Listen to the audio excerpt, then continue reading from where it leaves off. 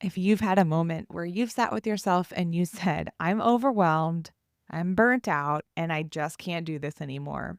Today's episode with my good friend Allison is meant exactly for you. How do I know? Because I am you and I have been you. And there were so many good tips in this episode that Allison gave around how do I just start checking in with my own self around when I start to feel overwhelmed and when burnout is headed my way, and when do I start to make changes? This is Overwhelmed and Over It, where success doesn't cost you your sanity. I'm your host, Gabs, and I bring you 10 minutes of real founder stories and their real solutions without any fluff, so that way you can build a business without burning yourself out. Ready? Let's do it. Allison, you and I got connected on LinkedIn and we had that first call and it was like, yep, we are meant to be friends. We are Yes. meant to be doing business life together. And I cannot celebrate more the work that you are doing. So I would love for you to introduce yourself and kind of your founder journey to the Overwhelmed and Over It audience. Yes. Thank you so much for having me. I could not agree more. It just feels like kindred spirits, and I'm thrilled to be here. So thank you. Yeah. So my founder journey was probably not dissimilar to a lot of folks that you and I both know, right? So did the corporate thing, did the technology thing, did the hustle and grind, checking all the boxes. And frankly, I had a really fulfilling and very full career for almost 20 years. I love to work, I love to collaborate, build teams, and it was a lot of fun until it wasn't. And I think really again, not dissimilar to so many people, I think the pandemic and the aftermath of just the sheer exhaustion, the sheer knuckling down, homeschooling kids while trying to work two full-time jobs, my spouse and I, it was tough. It took a toll. And for a long time, I really ignored just how exhausted, just how overwhelmed and completely burnt out I was until my body, chose for me. And as you know, when we connected, I shared that I went through a pretty severe experience last year of ending up in the ER, having to have surgery, and that was really the light bulb moment of the way I'm personally working is just not working. And further, as I was sharing my story and realizing it's not just me, actually, there are so many people that are suffering. There are so many folks that have been conditioned to think you can be anything, you can do it all, you can have it all. The challenge is that, especially as working women, as parents, we just can't do everything by ourselves at the same time, without help and without that support. And so that was kind of my light bulb moment of, wait a minute, I feel really lonely, isolated, and like it's a personal failure.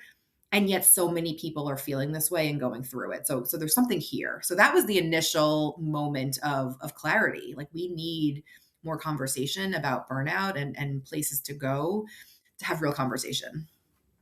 Oh, and I just want to touch on the fact that you said you had a very full career and you loved it. Because there's a lot of times I talk to people who are like, oh, you're screw the man and get over corporate and No. force everyone to leave their career. And I'm like, no, I loved my career too until it just didn't support the life I needed anymore. And much like you want a safe space for people to go when they're feeling burnout and want resources, it's the same way for me with entrepreneurship. I'm not out here collecting people to be like, are you burnt out? Do you want to become an entrepreneur? Get off the But if you treadmill. are already having those thoughts and those feelings, there are people out here who have been there, done that, and want to help Yes. you cross that bridge too. And so I think that that's a really important piece to call out because what works for some people, the way they work, the style they work, their frequency they work is going to be different for each and every one of us. And so burnout's not a one size fits all. Oh, you've checked X amount of boxes and now you're burnt out. It's just your body's going to tell you when it's time and you're going to have those light bulb moments where you're like, wait, I have to actually pay attention to this. I cannot ignore it anymore. Absolutely. And for me, I'll share very openly that it was a grieving process. Choosing to step back and deciding that, this is not serving me in this moment. And I'm certainly not retiring. There's a world where I'm going to, take a break and then continue working. I just needed to sit with and really unpack for me personally, what that was going to look like. But it was a grieving process. I had to say goodbye to colleagues and the mission and the work that I was so bought in on, and that was a really tough a tough thing to grapple with. And so I just want to share that for your listeners that, you know, being burnt out doesn't mean that you lose your ambition. And it doesn't mean that whatever comes next is going to be any less great. It just means that sometimes we need to change course and really consider what's right in this moment for us and shut out the noise, not listen to what society is telling us that next step should be. Oh, that just gave me chills too, because when I think of anyone I've had a conversation with that says, I've experienced burnt out, I've experienced being overwhelmed, it's all of us who are ambitious and who want to make an impact and who want to work and who want to make a difference. And so I love that you're sharing that you're not feeling this way because something's wrong with you, but you are going to feel like something's wrong with you because you have to grieve. Yes. There is a piece of your identity that you're losing, Yes. right, wrong, or indifferent, right? Like that is a part of our identity Yes. and it's a huge piece of our life. And anytime that changes, we're going to feel differently about it. I mean, I work with people who have retired and mindset around retirement and how do you make that adjustment. Yes. And even those women that I work with will say the same thing. I worked for 50 years. I worked for 60 years. I worked with the same person for 30 years. I saw the same security guard every morning. And now I'm not even allowed to walk in the building. And that's heartbreaking. I don't know what to do with that. And it's the Yeah. same thing when we lose a career, whether it's by choice or by not. You still have that, like, who am I and what do I do next? Absolutely. So I would love for you to share, Allison, since you talk about burnout and I just love your resources. What are some of the things that if someone is saying what you just said really is resonating with me? What are like light bulb moments you would tell them to look out for so that they know it's time to go get some help, maybe before they hit the ER like you did? Yes, absolutely. Absolutely. I think that, look, there's so many things that could potentially be causing exhaustion, stress, overwhelm. It's really important though to pay attention and to check in with how you're feeling, signs and signals that your body is, potentially something's going on. There's a lot of things that could be happening and burnout looks very different and shows up and is a different experience for everyone. So there's certainly not a one size fits all. I'm a certified health and wellness coach, but I'm certainly not a medical practitioner. So I would say the first thing you have to do is really just trust your instinct. If something feels off, Mhm. check in with your doctor, really try to notice after I eat if I'm not feeling well. Is there a consistent pattern? Am I getting enough sleep and yet still waking up and feeling really tired? So, really just start to take notice if and when things are feeling off, and then how consistently that's carrying on. Because it's the chronic stress, it's the chronic exhaustion when our bodies really start to feel that impact. And so that's sort of the first message is pay attention. I would say that some signs and symptoms to look out for. Again, going to sleep, getting a full night's rest, and every single morning still waking up and feeling very depleted. There's something there that you need to kind of unpack and figure out why. If you're feeling super foggy, your cognitive thinking is impacted. If you feel like you're at your desk and you have 10 things to do and you just can't muster up the motivation to do any of it, it might be because you're just in overdrive. Like your body is in fight or Mhm. flight. And that that rational cognitive thinking really does get impacted. And so it could be a sign of burnout. Some of the other things that unfortunately people feel include cynicism, right? And so this just feels like I'm at my job, no matter what I do, no matter how I show up, it's not going to make a difference. Like, what's the point? That's tough. And when you start to feel that way, meeting after meeting, day after day, there might be something about that environment that just isn't a right fit, and that's okay. And it also may mean that you've hit that wall. You've hit that moment of I'm so burnt out. I don't think I can push through this. It doesn't mean you have to leave that organization, but it does mean you may need to, find resources, figure out what practices you need to give yourself that space to unwind and not feel like every day, no matter what I do, it's not enough. And then the last thing, and this was true for me, and this was that personal failure I mentioned, it's questioning your own abilities.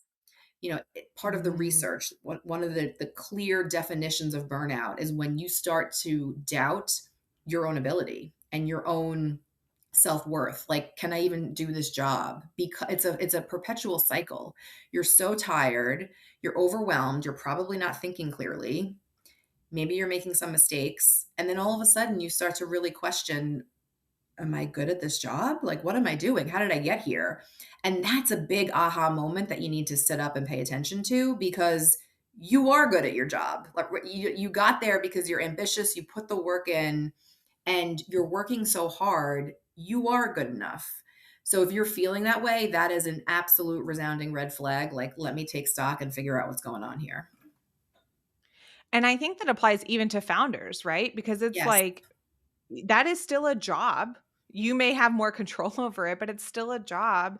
And if you have built this successful business on your own terms, whatever that means to you, and then you like wake up 6 weeks in a row and you're like, I can't do this anymore. I wasn't cut out for this. How did I even start this business? Like all of those things, just like you said, check in with yourself. And I always say, becoming a founder feels like the MBA to self-awareness. Like Yes. it has given me this ability to be like, Yes. all right, I'm outside of my bounds here. I've pushed too hard. I need to slow down, whatever it may be. So lean into that because it's there for you for a reason. Yes.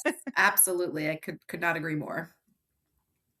All right. Well, we were talking a little bit before we started recording, just kind of how things are going here in the new year for you. And I think the balance, right, of excitement of the new year versus wanting to hit the ground running. What's kind of the overwhelming part of running the business for you at this stage in the game? Yeah. I would say that, as a founder, as a solo, brand new entrepreneur, it's balancing my time. My mission, the way I want to show up and help people is very much how I also want to run Unburnt. I want to feel balanced. I want to be energized every day. And yet I do still feel like there are 10,000 things I could possibly be doing. And so it's very much a new motion for me. It's different than working in corporate where you are in charge of every single minute, every decision. And so for me right now, the balance is really figuring out, yeah, there's a lot of things that I want to get to and I'm excited about, but is that going to move the needle right now? And I just have to get really focused on some initial things that I'm working on, because if I try to distract myself and do too much, I personally am going to burn myself out. And wouldn't that be the irony of it all? So it's really right now for me, it's about time management and just being really focused. I feel that deeply. Focus is my word for 2025 Oh, I love because that. I did that. Be everywhere, do all the things, show up in all the places for far too many years of my founder journey. So we're not doing that anymore. I love it. Great. Well, Allison, I'm so glad we got to do this. And I want to wrap up as I always do. What do you or Unburnt need the most support with right now? And maybe our audience can help fill that. Yeah, thank you so much for that opportunity. So, in the spirit of, starting off and kind of prioritizing some stuff, I just launched an Instagram. So, if anyone wants to check us out there, that would be a great way to, first and foremost, get access to a lot of the free resources. So, there's a lot of tips, ways to engage. So, check us out on Instagram. And then, if you're interested, if this sounds like something that speaks to you and you want to join the community and get more ingrained in how we're having conversations, providing resources, advice, support, there is a community that you can join on getunburnt.com. And yeah, I would love for you to check it out. Awesome. Well, we will make sure we have all your links in the show notes as well, so that way everyone can connect with you there. Thank you. And I know I'll see you around the webs, and we'll keep in touch. Yes, that sounds great. Thank you so much. That's all for this week's episode of Overwhelmed and Over It. I know being a founder can feel lonely, but you don't have to figure it all out by yourself. If you're craving real talk with other entrepreneurs who get exactly what you're going through, join us in the Brave Starts monthly Q&A circle. It's our judgment-free zone where no question is too basic, too messy, because trust me, we've all been there. You can grab your free spot at thebravestart.com. And please make sure we're connected on LinkedIn. I share daily reminders that the entrepreneurship roller coaster is totally normal. You're not the only one feeling overwhelmed. I'm your host, Gabs, and until next week, remember, building a business is hard enough. Let's not make it harder by doing it alone. I'll catch you in the next episode.